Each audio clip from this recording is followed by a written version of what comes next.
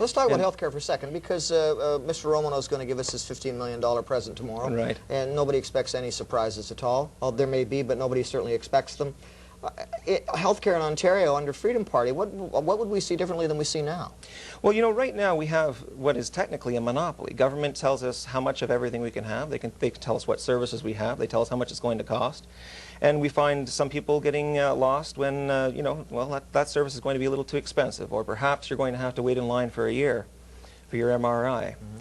We don't think that's acceptable. We don't think that's what Ontarians want or need. And frankly, we think that if Ontarians were given a bit more choice, if there were a bit more competition, both in the provision of healthcare services and in the provision of, you know, insurance, we could find a wider range of options and probably a lot faster, better quality healthcare. What about people who say that's fine for the folks with money, but what about the ones without money? Aren't you talking two-tier healthcare, you rascal, you? We're making sure that everyone's taken care of.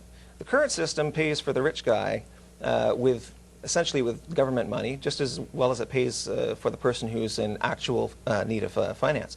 So our approach is a little different. We say if you've got the money, you pay your way. You don't need the government to help you along. That leaves more money for the poor person who's in genuine need to make sure that they get top health care as well.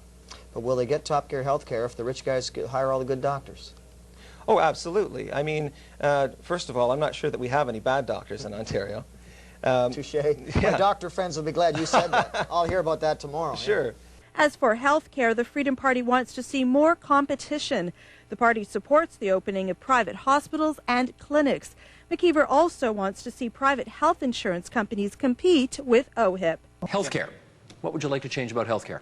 I want competition with the public system. So the public system can continue to run just as it is, but I want to make sure that should the public system not be delivering quickly enough, locally enough, that I can use my own money from my own body to make sure that I get the services I need to be healthy from the person I want them. Why would care improve under that system?